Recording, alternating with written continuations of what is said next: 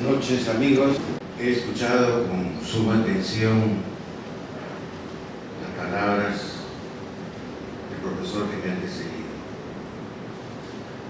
Y yo creo que, viniendo de un hombre joven, es un reclamo que debiera ser escuchado. Nosotros no tenemos la continuidad cultural e histórica que otros países sí la tienen. No hay, como decía José Faustino Sánchez Carrión, caridad civil, generosidad civil. No interesa mayormente estos estudios, pero sí, nosotros los que estamos aquí esta noche, sabemos que sí interesan para el desarrollo del Perú. No se puede ser peruano sin olvidar estos textos maravillosos. Yo también podría decir cosas como esta. En 1930 fallece José Carlos Mariátegui. Pasan 40 años para que yo pueda ir a la biblioteca o a una librería y decir: entrégueme usted los 20 tomos de José Carlos Mariátegui. Yo leí los artículos de Mariátegui en las bibliotecas. Y como era ingenuo, provinciano, tenía mis cuadernos. Uno para temas americanos, otro para temas europeos. Es decir, tenía mis 20 tomos que no habían sido publicados y que lo fueron después de 40 años. Creo que el Estado, por un lado, la sociedad civil, por otro, no llegan a entender todavía los reclamos de todos estos hombres importantísimos en la historia. Debemos saber más de nosotros mismos. ¿Cómo vamos a ingresar al futuro si no sabemos nuestro pasado? Ojalá que estos reclamos intelectuales sean escuchados alguna vez. Yo tengo ya muchos años, pero soy optimista. El Perú en algún momento se va a dar cuenta de la necesidad de tener una mayor continuidad cultural. Voy a leer un texto.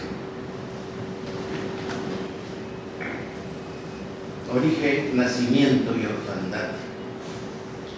En Pisco, bajo el arrullo del mar y el calor de un sol esplendoroso, nace el 23 de marzo de 1897 Raúl Porras Barrenechea. Sus padres fueron Guillermo Porras Osores y Juana Barrenechea Raigada. La razón por la cual Raúl Porras nace en Pisco es la siguiente. Su padre había abierto allí un negocio vinculado a la extracción de aceite de la pepita de algodón. Por circunstancias adversas fracasó el negocio y la familia retornó a la capital. Raúl Porras llegó en brazos de su madre a Lima, ciudad a la que amó entrañablemente, pero jamás olvidó que era pisqueño, y regresó con alguna frecuencia para caminar sobre sus arenas, contemplar su mar azul y saborear en un restaurante típico el delicioso apanado de tortuga. Porras es fundamentalmente un intelectual y rinde homenaje a su ciudad natal con la conferencia San Martín en Pisco, que fue leída en el conversatorio universitario el 8 de octubre de 1920. Texto que además fue reproducido en el diario limeño La Prensa al día siguiente. Y es que la citada provincia litoral estaba ligada además a los ancestros de Raúl Porras. Explico. Su bisabuelo Antonio Barrenechea fue un militar argentino que en 1820 desembarcó en Pisco como integrante del ejército del general San Martín. Veamos ahora el origen paterno. Según el periodista español Eugenio Montes, Los Porras fueron los primeros sevillanos que llegaron a América, porque dos de ese linaje se embarcaron en las carabelas colombinas. Y agrega, el Porras citado por Lope de Vega en el poema Laurel de Apolo fue por línea directa el ascendiente de Raúl Porras. Cierro estas comillas. En suma, por su padre era de estirpe sevillana, por su madre de estirpe vasca. La primera, a mi entender y a mi sentir, le dio galanura, alegría y sentido del humor. La segunda, laboriosidad, terquedad y pugnacidad, características que pese a ser disímiles, coexistían armónicamente en su espíritu, aunque para mi sentir a veces primaba la visión sevillana, como en su libro Pequeña Antología de Lima, 1535-1935, publicado para la conmemoración del cuatricentenario de la fundación de la Ciudad de los Reyes, y además en su sabrosa conferencia titulada El río, el puente y la Medellín en abril de 1953 en la otrora famosa Galería de Lima. Y otras veces su carácter y su pluma volvíanse vascos, como en su opúsculo erudito, documentado y cargado de fervor, que apareció en enero de 1942 bajo el nombre El litigio Perú-Ecuatoriano ante los principios jurídicos americanos, o su célebre discurso en la 7ª reunión de consulta de ministros de Relaciones Exteriores, convocada por la OEA en San José de Costa Rica en 1960, en el que en forma cerrada, pugnaz y singular, defendió el principio de no intervención, que equivalía en esas circunstancias históricas a sostener que el pueblo de cada país debe poseer siempre la libertad de escoger su propio destino en la historia. Pero acerquémonos más por orden cronológico a sus primeros años. En el discurso homenaje pronunciado el 26 de noviembre de 1960 en la Municipalidad de Pisco, Jorge Basadre afirma, comillas, en la niñez conoció Porras la tristeza y acaso la pobreza, cierro comillas. La primera fue provocada por la muerte de su padre en un lance de honor el 22 de marzo de 1899. Porras tenía 2 años de edad. Digo, con el pasar de los años, la herida sentimental por la ausencia de su progenitor se tornó muy profunda y constante. La familia de Porras y sus discípulos habían sellado un tácito pacto para no hablar jamás de las circunstancias del duelo. Pero mi innata curiosidad aquí en esta casa me obligó un día a preguntarle a Carlos Araníbar por dicho acontecimiento oculto en los velos del silencio. No obtuve respuesta y por prudencia y respeto al pasado no insistí. Años más tarde me enteré de los detalles de aquel acontecimiento funesto al leer el libro Apogeo y Crisis de la República Aristocrática, publicado en 1980 y cuyos autores son Carlos Burga y Alberto Flores Galindo. Sí, la tristeza y la digna pobreza acompañaron a Raúl Porras en su infancia y en el transcurso de su existencia, pero él, con valor y energía, se sobrepuso y entregó su vida a defender siempre los altos intereses de nuestra patria, el Perú. Porras y la peruanidad. En 1955 se celebró el cuatricentenario de la fundación de la Universidad de San Marcos, con 2 eventos culturales de altísimo nivel, un congreso internacional de filosofía y un congreso de peronistas, presidido por don Raúl Porras. Una especial crónica del desarrollo del Congreso de Peronistas es la carta que el maestro historiador le envía a su discípulo suyo, Miguel Maticorel, que se encontraba en Sevilla. El Congreso de Peronistas se realizó del 16 al 23 de agosto. La carta de Porras está fechada el 7 de septiembre de 1951 y muestra la satisfacción del deber cumplido. Entresaco algunas frases, comillas, El Congreso ha sido un éxito rotundo, cierro comillas. Y después de dar a conocer los nombres de los participantes europeos, norteamericanos y sudamericanos, Porras escribe, comillas, lo interesante ha sido la plenitud vital del Congreso, la asistencia constante de un público cultural y atento que llenó los salones de las comisiones y las plenarias en el General de San Marcos. Uno de los momentos culminantes del Congreso fue sin duda la presentación erudita, digo yo, y amena del doctor Raúl Porras sobre la edición facsimilar del lexicón o vocabulario de la lengua general del Perú de Fray Domingo de Santo Tomás, cuya primera impresión fue en 1520 y que por lo mismo se encontraba inhallable en el mercado de los libros. Pero, ¿qué es un peronista? Hemos escuchado ya que muchos historiadores extranjeros estudian el Perú. Eso es un peronista. Es un intelectual extranjero que ama el Perú y que dedica su esfuerzo de investigador a estudiar una parte o un aspecto de la historia y o de la cultura peruana. Raúl Porras es peruano, pero a la vez peruanista. Con su obra ha dejado valiosos hitos en el desarrollo de la educación, de la diplomacia y de la historia misma del Perú.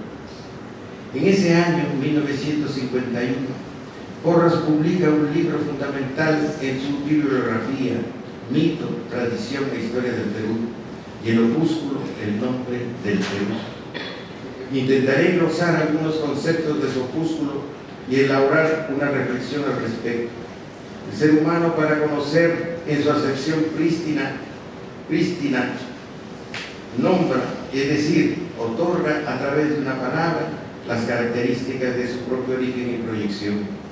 Porras, en su erudito estudio, sostiene y demuestra que la palabra Perú no es quechua, ni pertenece a otro idioma indoamericano.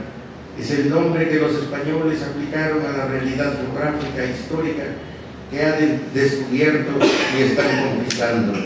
Perú pasa a ser un vocablo español que designa y señala a una realidad que se mantuvo entre todos con el asombro de todos también, y luego ante la admiración de toda Europa, porque este hecho ocurre en 1534, afirma Porras, cuando llega Hernando Pizarro a Sevilla y desfila con sus soldados portando un fabuloso tesoro en tinajas y cientos de barras de oro.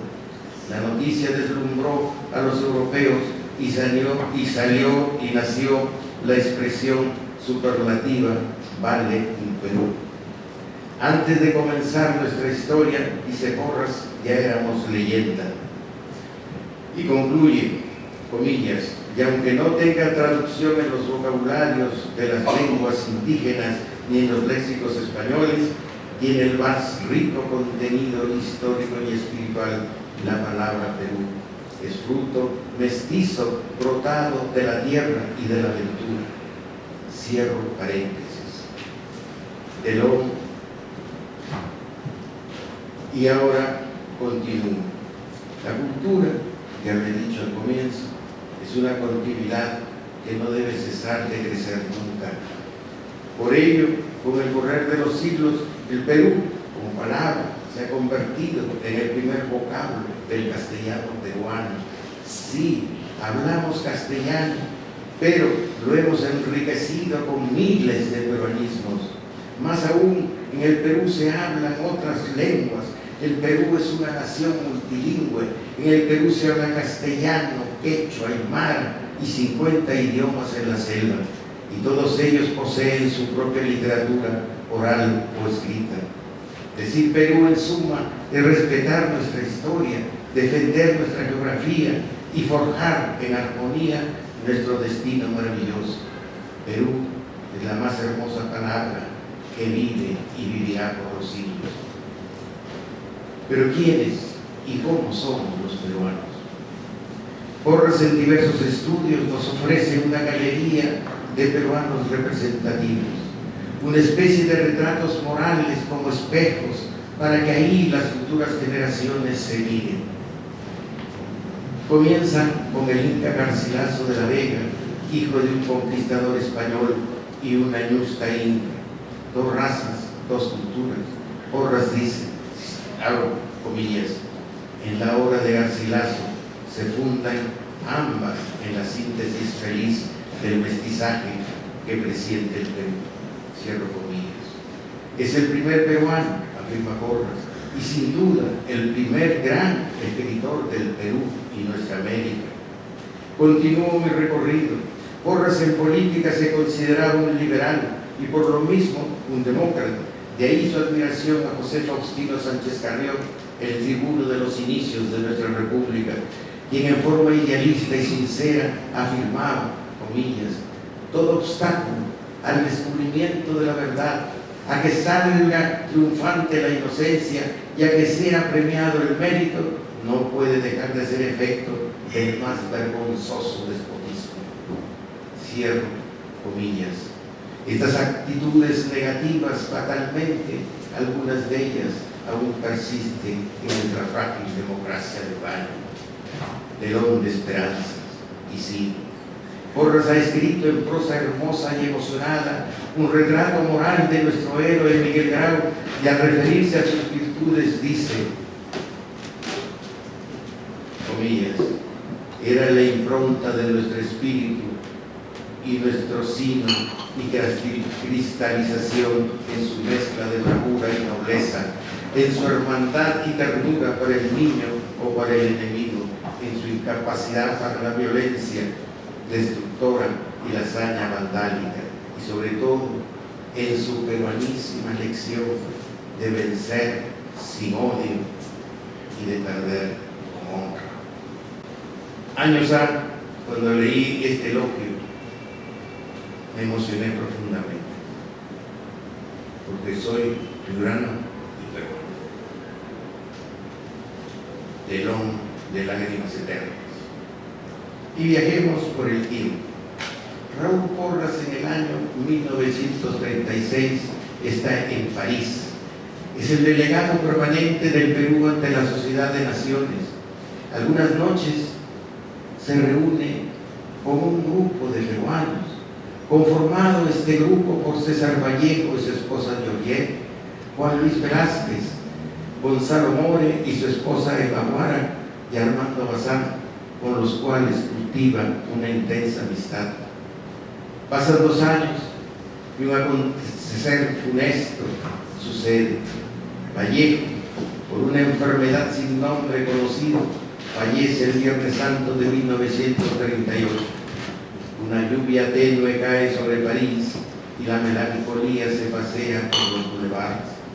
Georgette, en casa, aún con las lágrimas en su rostro, revisa los papeles mecanografiados de su esposo y en la primera lectura de Poemas Humanos y del poemario España parte de Cádiz. Días después, llama a su amigo Raúl Porras y le entrega los textos inéditos para su lectura, y deciden los dos la publicación inmediata.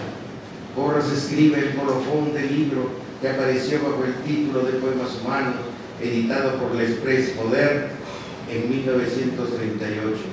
Porras, con visión premonitoria, escribe, comillas, la historia de mañana interrogará por la vida de César Vallejo. Cierro las comillas. Por Porras sabemos además que el último libro que leyó el poeta fue Panorama Actual de la Poesía Peruana, en el que Estuardo Núñez le reconoce como el más alto valor de la poesía peruana, telón de rosas para la tumba del poeta. Finalmente, y con beneplácito unánime, debemos sumar el retrato de Raúl Porras a esta galería de los forjadores de nuestra patria, porque él mostró siempre su noble pasión por el pasado y el futuro del Perú. Fue el diplomático que con documentos históricos y principios jurídicos defendió las fronteras del país ante Chile, Colombia y Ecuador. Fue Porras el parlamentario que abogó por la descentralización económica, por el derecho del pueblo a la cultura y condenó a los que caen bajo la influencia corruptora del dinero. Y sobre todo Porras fue un profesor ejemplar. En sus conferencias novedosas y eruditas y en sus ensayos de fina prosa. En suma, Raúl Porras Barrenechea es un verdadero maestro de peruanidad. Así lo recordamos y lo recordarán siempre. Muchas gracias.